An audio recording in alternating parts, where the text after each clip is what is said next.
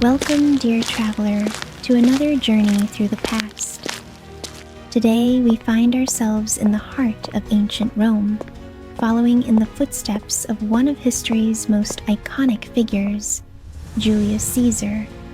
But instead of battles or grand political maneuvers, we're going to explore something much more intimate, a day in his life. Before we walk the ancient streets, I wanted to remind you that History Chibi is more than just a channel, it's a community. Consider becoming a member today, where you'll unlock exclusive content and behind-the-scenes updates. I wanted to give a shout-out to SNHU student for their continued support and being a Senator member of the History Chibi community. If you'd like to support this community in other ways, check out the History Chibi merch, from sweaters and caps to iPhone cases and mugs. There's something for everyone. Now let's get back to the video.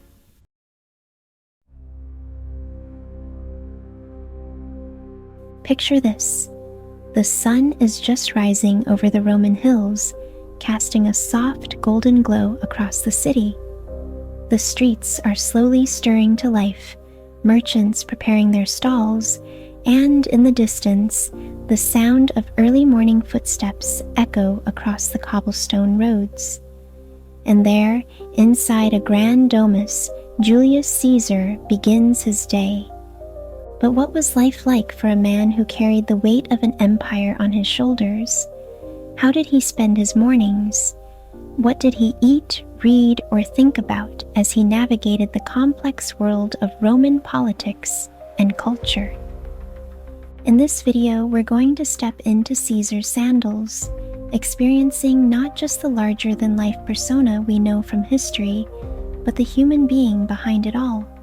From his morning routines to his literary pursuits, from public speeches to private reflections, you'll see how Caesar balanced intellect, culture, and leadership in the daily rhythm of his life. So, take a breath, settle in, and let's travel back in time to uncover the details that made Julius Caesar not just a ruler, but a man of Rome.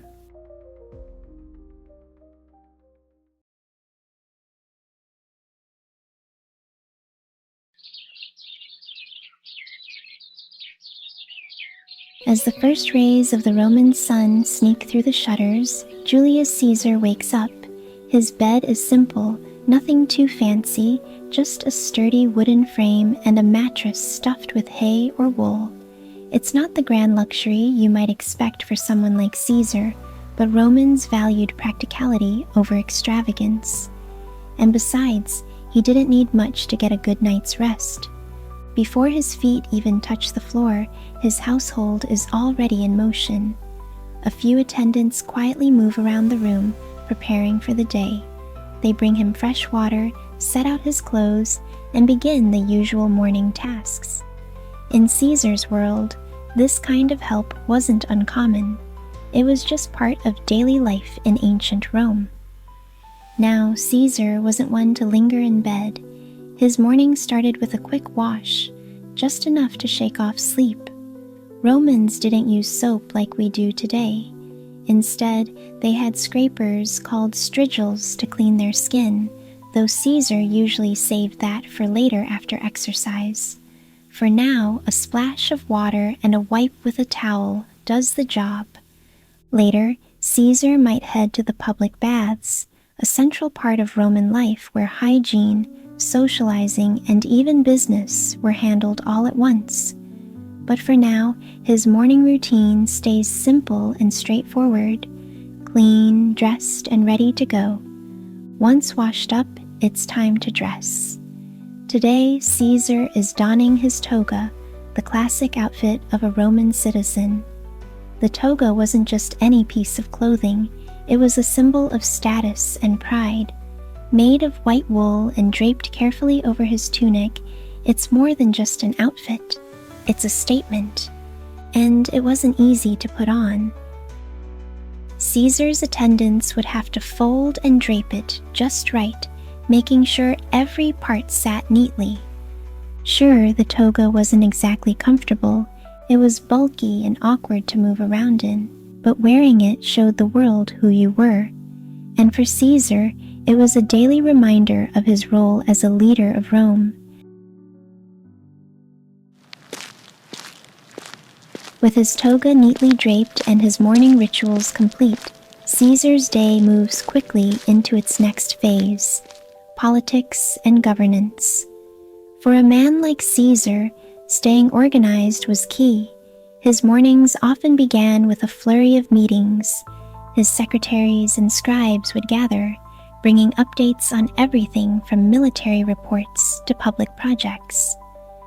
These meetings weren't just about logistics, they were where Caesar's knack for strategy really shone through. He had a unique ability to multitask, dictating letters to several scribes at once, all while keeping track of the countless details that came with running Rome. It's said that he could handle multiple conversations at the same time, which gave him a clear edge in managing the complex affairs of state. Today, Caesar sits with his team, mapping out the day's agenda. There's no time for wasted effort. Every task is laid out with precision, whether it's reviewing the progress of a public works project or planning the next public event. Caesar's day is built around efficiency. He knew how to keep things moving, never letting the sheer volume of tasks slow him down. Once the morning meetings wrap up, Caesar might head to the Senate or step into the public forum. This was where his oratory skills took center stage. Caesar wasn't just a great military leader, he was an incredible speaker. His ability to connect with people, whether they were senators or everyday citizens, was one of his greatest strengths.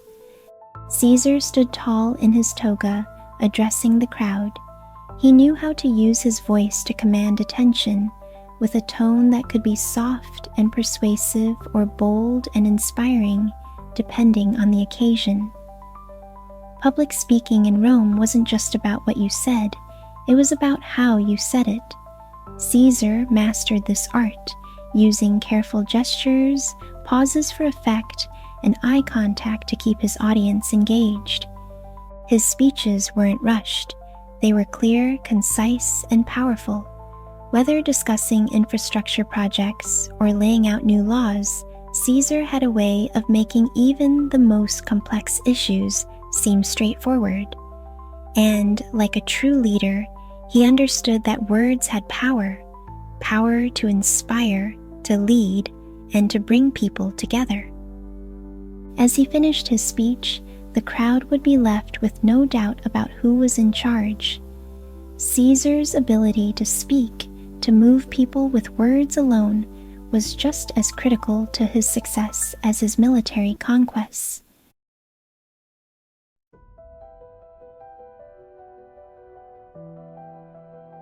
As the sun climbs higher over the rooftops of Rome, Caesar's day moves from political strategy to the judicial responsibilities of a magistrate.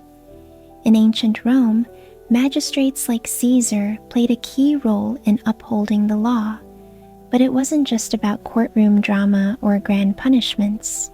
Most of the work involved reviewing cases, issuing decrees, and keeping the complex Roman legal system running smoothly. On this particular morning, Caesar sits in his magistrate's chair, carefully reviewing petitions brought before him. The issues could range from property disputes to civil matters. His approach was measured, balancing the needs of the state with the laws of Rome. He wasn't a man who rushed decisions. Caesar valued clarity and fairness, qualities that helped him maintain order and respect from the public. This role wasn't glamorous, but it was essential. By handling judicial matters efficiently, Caesar helped maintain stability in the city, ensuring that the rules of Roman life were upheld. It's a side of him often overshadowed by his military conquests, but his legal mind was sharp and respected. By late morning, Caesar often turned his attention to public works. Rome, a city built on innovation, was always in need of improvements, and Caesar took a personal interest in these projects. Roads, aqueducts, bridges, these weren't just conveniences, they were the lifeblood of the empire, connecting cities, enabling trade, and showcasing Roman engineering at its finest. Take the Roman roads, for example. They weren't just paths, they were meticulously designed, using layers of gravel, sand, and stone to ensure durability. Under Caesar's leadership, new roads were planned and constructed, not only to speed up military movements, but to enhance trade and communication across the empire. Then there were the aqueducts, some of Rome's most impressive feats of engineering. These structures brought fresh water from distant sources straight into the heart of the city, a necessity for any growing metropolis. Caesar, with his forward-thinking mindset, often spearheaded these types of projects, understanding that a strong infrastructure was key to Rome's success. Public works didn't just serve practical purposes, they were symbols of Rome's power and progress. Each new road or aqueduct represented the strength of the empire and the ingenuity of its people. Caesar took pride in overseeing these projects, knowing that his legacy would be built not only through his leadership, but through the physical mark he left on the city itself.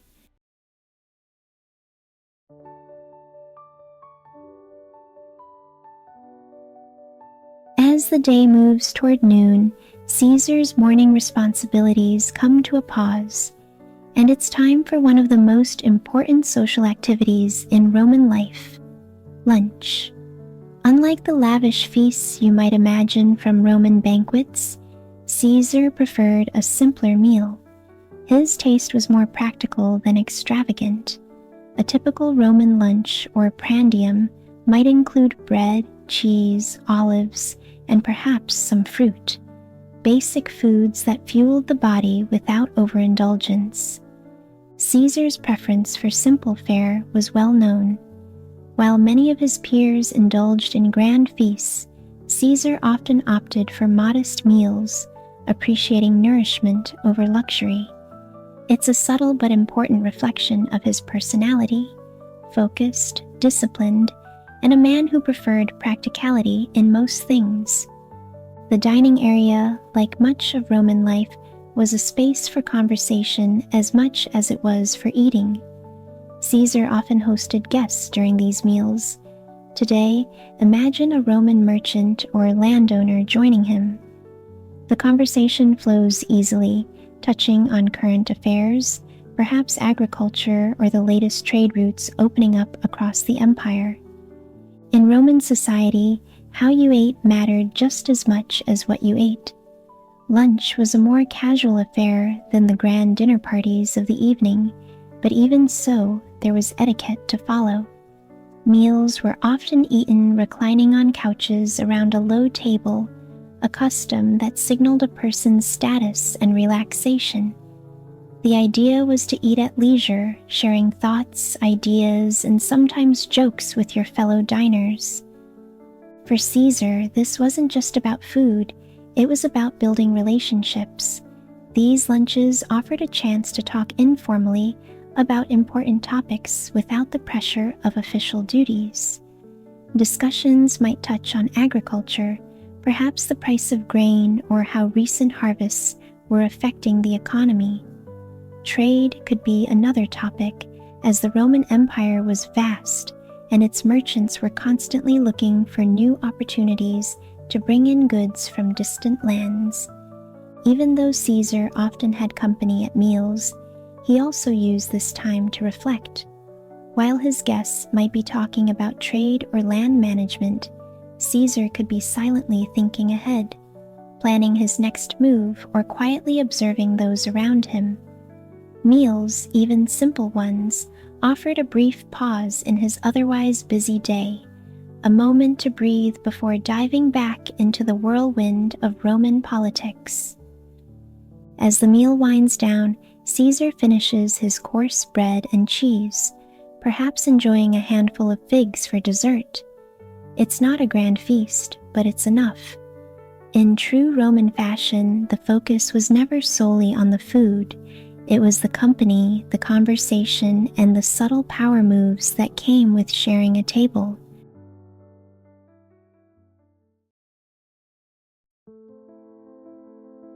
With the afternoon sun high in the sky, Caesar's day transitions from governance and meals to intellectual and physical pursuits.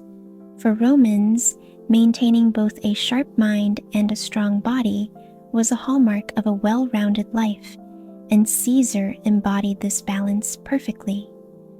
Education was a lifelong pursuit for Romans, and Caesar was no exception. Though his political and military duties often took precedence, he always made time for intellectual development. On afternoons like this, he might retreat to a quiet space in his home to read or study.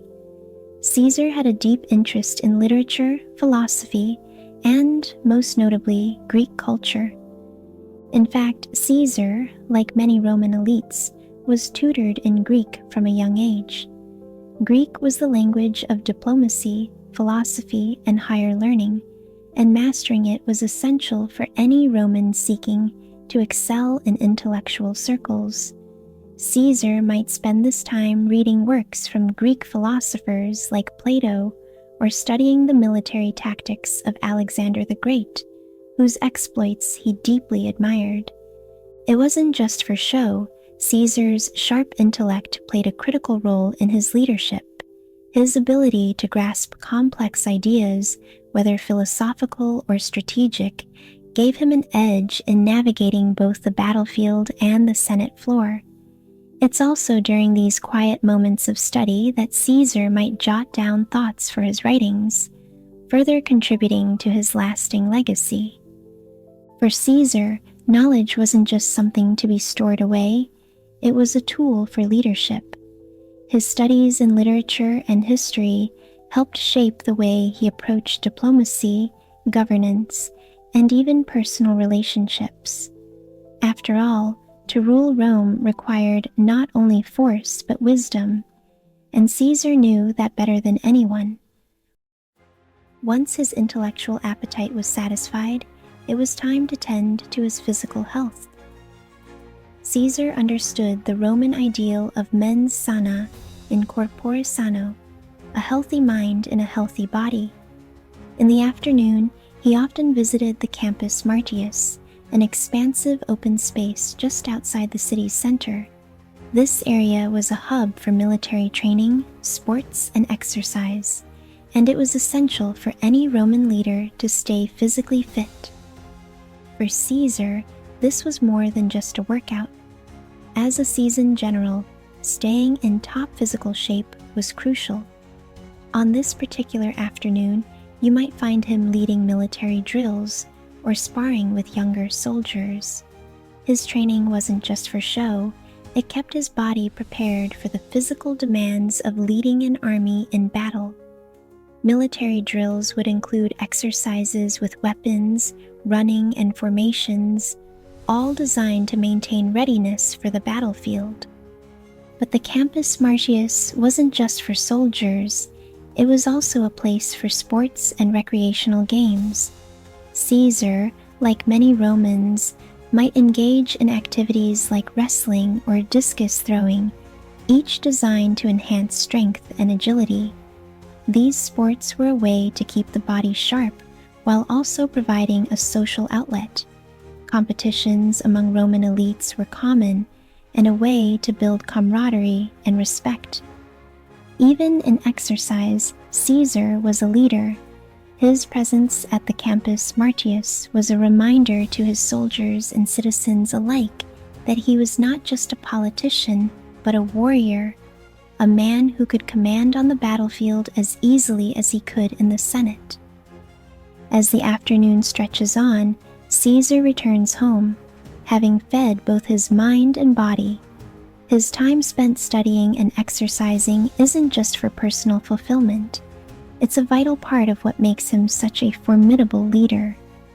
Whether it's mastering Greek texts or perfecting military drills, Caesar's dedication to both learning and fitness helped him maintain his edge as Rome's most powerful figure.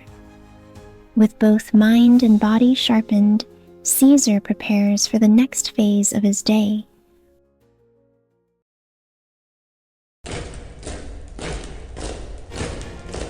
As the afternoon fades and the cool evening approaches, Caesar often turns his attention to the cultural pulse of Rome. For Romans, public entertainment was more than just a pastime. It was a way to reinforce shared values, celebrate the empire's achievements, and escape the pressures of daily life. And Caesar, always attuned to the importance of connecting with the people, made sure to attend these events when his schedule allowed. On this particular evening, Caesar is seen making his way to one of Rome's many theaters. Roman theater was a mix of comedy, tragedy, and sometimes even political commentary, though often in veiled terms. The performances were grand, and the audience was always diverse. Men, women, rich, and poor alike gathered to enjoy the spectacle. For Caesar, attending the theater wasn't just about enjoying the play, it was also a political act. His presence reminded the people that he was one of them, sharing in their culture and entertainment. The Roman elite often used these public appearances to reinforce their connection with the masses, and Caesar knew the value of being seen as accessible. The plays themselves were deeply reflective of Roman life, drawing on themes from mythology, history, and even daily struggles. While sitting among the spectators, Caesar might watch a Plautus comedy unfold, filled with wit and clever wordplay, or a more serious tragedy by Seneca. These performances entertained, but they also served as a subtle way of communicating Roman values, including loyalty, honor, and the triumph of the state. Beyond the theater, Rome was known for its grand public spectacles, often held in places like the Circus Maximus or other large arenas. While Caesar himself may not have been as invested in the more brutal aspects of gladiatorial combat, he understood their importance to Roman society. These games weren't just about violence, they were displays of Roman might, discipline, and the sheer scale of the empire's reach. However, tonight the focus is on less violent entertainments, like chariot races or athletic competitions. Chariot racing, in particular, was a crowd favorite. The thunder of hooves, the rush of wind as the chariot sped by. It was an electrifying experience. These races showcased not only the skill of the riders, but also the engineering prowess of the Romans, whose tracks and arenas were marvels of design. For Caesar, attending these events was another chance to connect with the public. The games weren't just about spectacle, they were about uniting the city. Caesar, watching from a prominent seat, might exchange pleasantries with other senators or share a few words with the event organizers. His presence at these games was a reminder of Rome's greatness, of which he was an integral part. Caesar's attendance at such events wasn't just for leisure, it was a critical part of how he maintained his influence. Roman public life was built on spectacle, and by attending these cultural gatherings, Caesar cemented his place as a leader who appreciated and supported the traditions of the Roman people. He was involved not only as a spectator, but often as an organizer, funding and hosting grand events during his leadership. These spectacles were a way for him to give back to the citizens and, in return, earn their loyalty. Caesar was no stranger to this dynamic. His connection to the cultural heartbeat of Rome, whether through the drama of the theater or the grandeur of public games, was just another way he maintained his influence, both politically and personally. As the events of the day wind down and the crowd begins to disperse, Caesar takes a final glance at the arena. For him, these cultural engagements are far more than entertainment. They are an opportunity to solidify his bond with the people and to remind them of the shared values that hold the Roman Empire together. Whether through the power of words in the theater or the shared excitement of the public games, Caesar's day is as much about cultural leadership as it is about politics or war.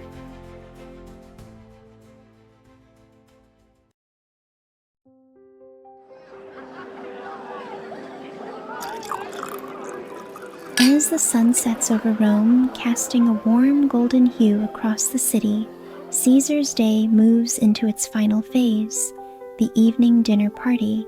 But this isn't just any meal.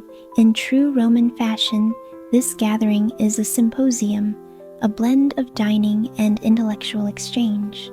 The evening air is cool, and Caesar, along with his carefully selected guests, reclines on couches surrounding a low, elegantly set table.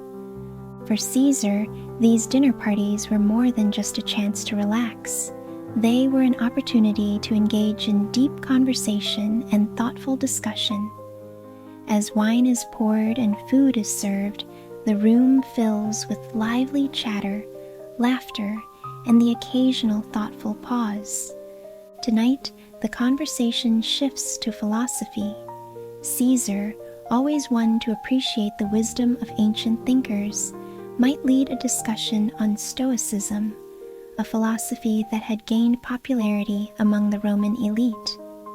The Stoics valued resilience, duty, and self-control, qualities that Caesar himself admired and often embodied. In a quiet moment, Caesar may reflect on the teachings of Seneca or Cicero, discussing how these philosophies shaped his own leadership style.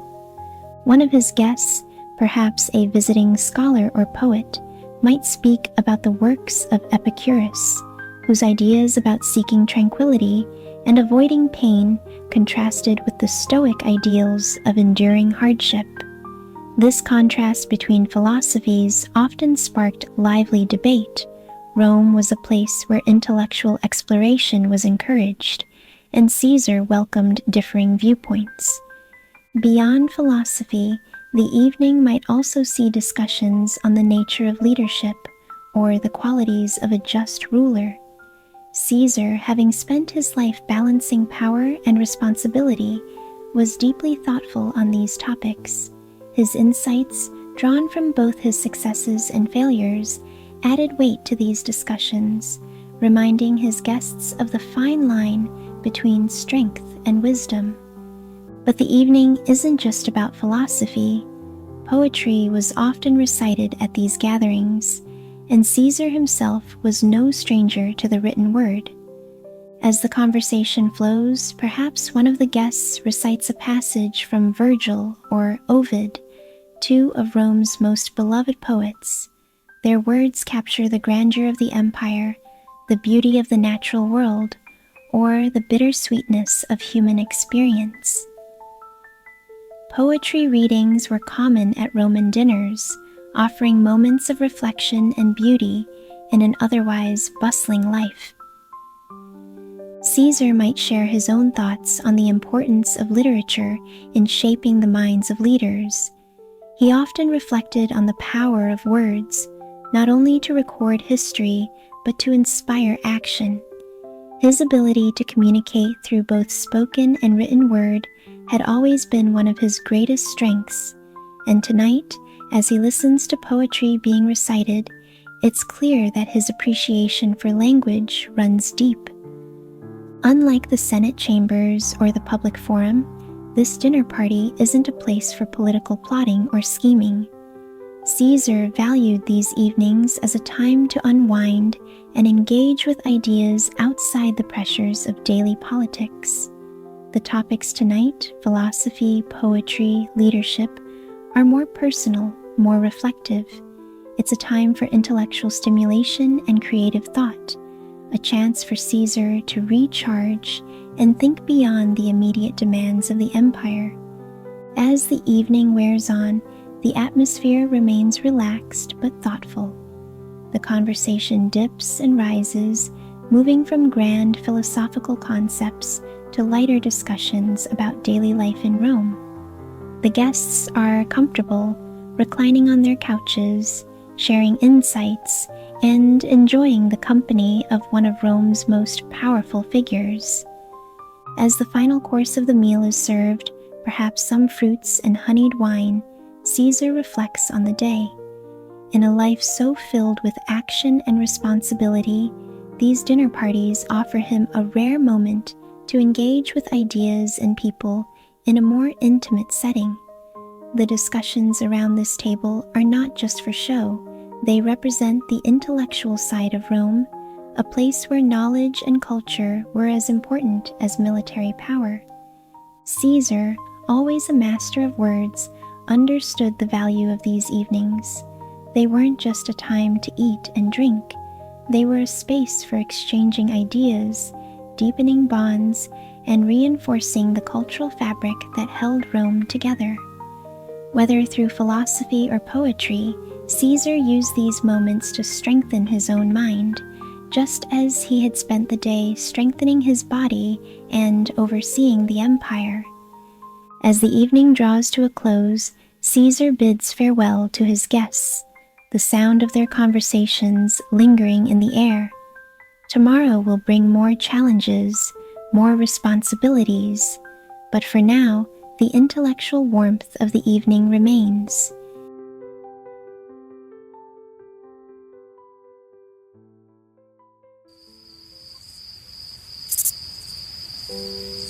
As the city of Rome settles into the night, Julius Caesar finally finds a moment for himself.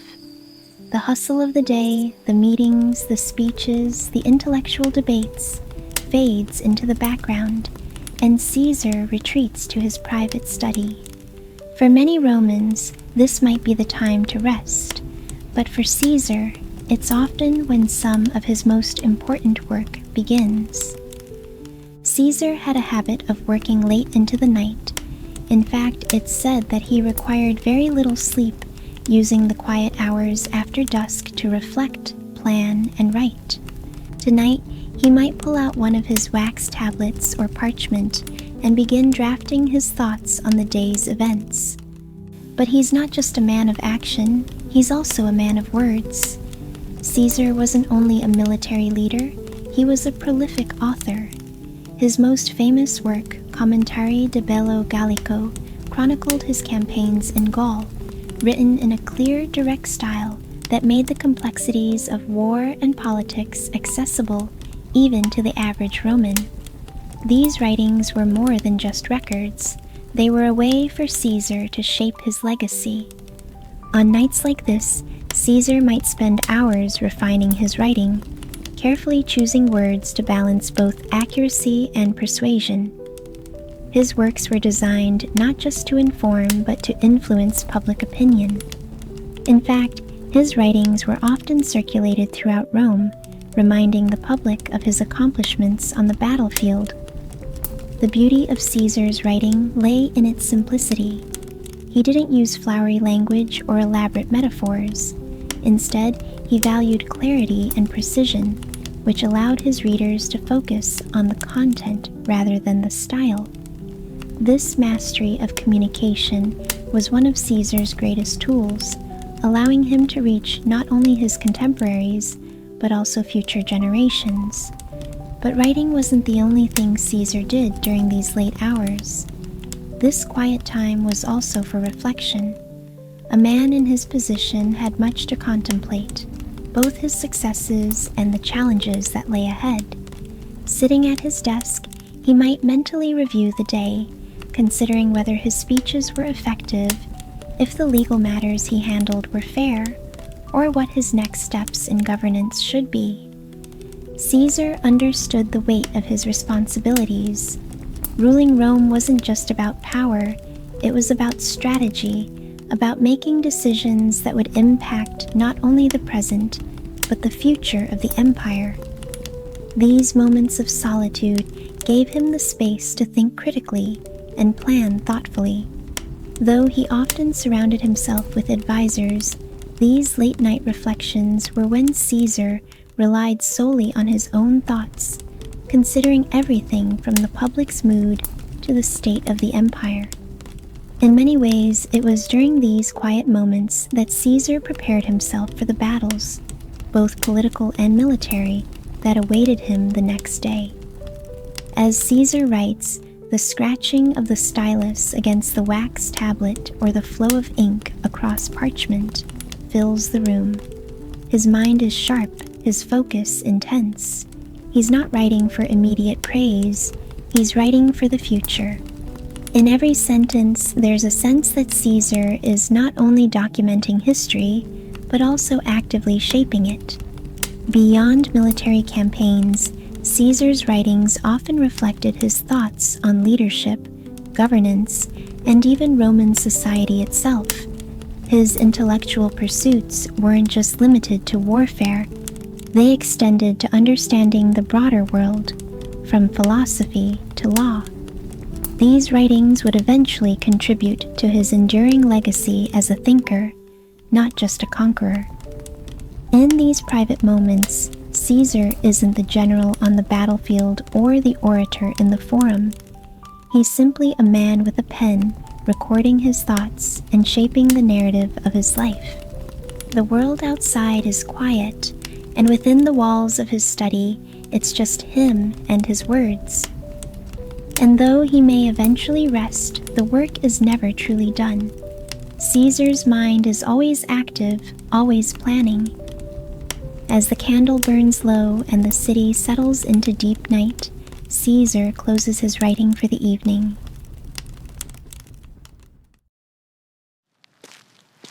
With the day's work behind him and his writing complete, Caesar steps out into the cool night air. The bustling streets of Rome have quieted, leaving behind only the faint sounds of the city's heartbeat, distant conversations, the shuffle of footsteps, and the occasional barking of a dog. For Caesar, this is a rare moment of solitude, a peaceful break from the demands of leadership. Tonight, Caesar chooses to walk through his private gardens, a place where he often came to clear his mind. Roman gardens were more than just places of beauty. They were spaces designed for reflection and contemplation.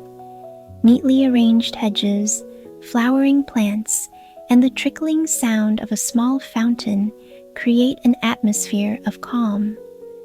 These gardens reflect Roman values of order and harmony. Carefully cultivated, they are as much a symbol of Rome's greatness as its public monuments. The Romans, including Caesar, valued symmetry and design, and their gardens were no different. Caesar, with his love for both nature and philosophy, might take this time to reflect on the balance between nature's wildness and human control. In the distance, a few columns of marble stand, supporting vine-covered trellises. Roman architecture was everywhere, from the smallest private gardens to the grandest temples, and Caesar was always aware of how these structures symbolized the power and permanence of the empire he ruled. From his garden, Caesar's path may take him into the wider streets of Rome. Walking through the quieter city streets at night, he passes under the towering arches and columns that are the backbone of Roman architecture. These architectural marvels were more than just functional. They were symbols of Rome's power and engineering genius. The arch, for instance, a staple of Roman construction, allowed for the creation of larger and more stable structures like aqueducts and monumental buildings. Even at night, the grandeur of these public works is evident. Caesar, always proud of Rome's achievements, would no doubt feel a sense of satisfaction as he walks beneath these structures, knowing that his leadership has contributed to the continued growth of the empire. The streets themselves, made from carefully laid stones, are another testament to Roman innovation.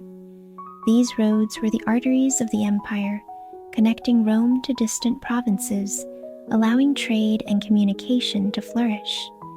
Caesar might think of his many campaigns, fought in lands far from Rome, all linked back to the city by these roads. Despite the quiet, there's a sense of safety in the streets. Rome's roads were designed not only for the movement of goods and people, but also for security. The Roman system of vigiles, or watchmen, ensured that the city remained orderly at night. These men patrolled the streets, handling everything from fire prevention to minor disturbances. As Caesar walks, he knows that these measures are in place to maintain the peace, allowing citizens and leaders alike to enjoy the city in safety. There's something uniquely peaceful about Rome at night. Without the bustling crowds and daytime activity, the city takes on a different character. The stars are visible, faint against the glow of oil lamps that light the main streets. The noise of the day is replaced by the soft hum of distant conversations and the rustling of leaves in the gardens. Caesar walks with a steady pace, appreciating the stillness of the moment. For Caesar, these evening walks are more than just a chance to stretch his legs. They are moments of reflection and connection with the city he rules. As he continues his walk, he might consider how the city has grown during his time in power, and how much more it will grow in the years to come. Eventually, as the night deepens, Caesar returns to his home, the streets of Rome still quiet and calm. The city, for all its size and complexity, feels at peace in these late hours, and Caesar, having taken this moment to walk among its streets and gardens, can finally rest, knowing that Rome, too, rests with him.